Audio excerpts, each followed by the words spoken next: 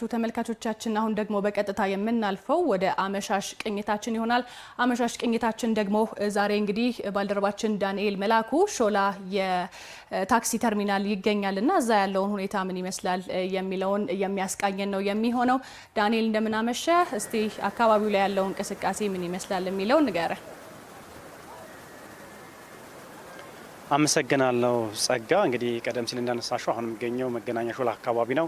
እንግዲህ ይሄ ቦታ ቀደም ሲል የሚታወቀው በጣም በትራፊክ መጨናነቅና በተለይ ዋና መንገዶች ላይ ታክሲዎች የመጫኛና ማውረጃ ሆኖ ያገለግል ነበር። አሁን ግን በሁለተኛው ምዕራፍ የኮሪደር ልማት ከለሙ መስመሮች አንዱ እንግዲህ ከሳውዝ ጌት መገናኛ 22 መስቀል አደባባይ ድረስ የሚወስደው የኮሪደር መስመር ወይም ደግሞ የኮሪደር ልማት መስመር አንዱ አካል ነው። እንግዲህ አሁን የሚገኝበት አካባቢ እንግዲህ መገናኛ አካባቢ ላይ ቀደም ሲል የነበሩት የትራፊክ መጨናነቆችን ባስቀረ መልኩ ምክንያቱም መንገድ ላይ መጫንና ማውረድን በማስቀረት አሁን የሚገኝባቸው የታክሲ መጫኛና ማውረጃ የብዙሃን ትራንስፖርት መጫኛና ማውረጃ እንደዚህ አይነት ተርሚናሎች ተሰርተውላቸው እንግዲህ እንደዚህ አይነት ተርሚናሎች እንግዲህ የኮሪደር ልማት ስራው የአዲስ አበባን ውበት ገጽታ ከመቀየር ባለፈ ለትራንስፖርት ፍሰቱ የራሱን አስተዋጽኦ ማድረግ እንደቻለ አንዱ ማሳያ ይሄ ነው ማለት ነው። እንግዲህ ይሄ ረጅም መንገድ ነው። ይህንን በተለይ ከመገናኛ ወደ 22 የሚወስደው መስመር ቀደም ሲል የምናውቃቸው ናቸው። በተለይ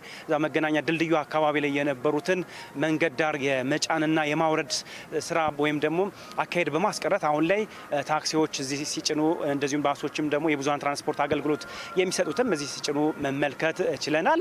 እንግዲህ ይህ አካባቢ ቀደም ሲል በጣም በትራፊክ መጨናነቅ የሚታወቅ መስመር ነው። አሁን ግን እሱን ባቃለለ መልኩ ረጅም ሰዓት የሚወስደው የጉዞ ሰዓትን በመቀነስ በኩል አሁን ጥሩ የትራፊክ ፍሰት መኖሩንም ተመልክተናል። ለዚህም ደግሞ እንደዚህ አይነት የመጫኛና ማውረጃ ወይም የታክሲ መጫኛና ማውረጃ ተርሚናሎች ከፍተኛ አስተዋጽኦ ነው የሚያደርጉት ማለት ነው። አሁን የሚገኝበት እዚህ መገናኛ ላይም እንግዲህ ብዙ ትርምስ ያለበት ከፍተኛ የህዝብ ፍሰት ማለትም እግረኛና ተሽከርካሪዎች በጣም ጎን ለጎን ለአደጋ አጋላጭ በሆነ መልኩ ጉዞ የሚደረግበት አካባቢ እንደነበር የምናስታውስ ነው። ይህንን ግን አሁን በአስቀረ መልኩ ትራንስፖርት ለማግኘትም ራሱን የቻለ የታክሲ መጫኛና ማውረጃ ቦታዎች በመኖሩ ያንን በመሰለፍ እዚህ ቦታ ላይ በነጻነት ትራንስፖርት ለአሽከርካሪዎችም እንደዚሁም ደግሞ ለተጠቃሚውም ለተገልጋዮችም ጥሩ ሆኖ ተመልክተናል ማለት ነው። እንግዲህ እንደዚህ አይነት በተለይ በሁለተኛው ምዕራፍ የለማው የኮሪደር ልማት አካል የሆነው እንደዚህ አይነት ስፍራዎች በዚህ መስመር በርከት ያሉ ይገኛሉ።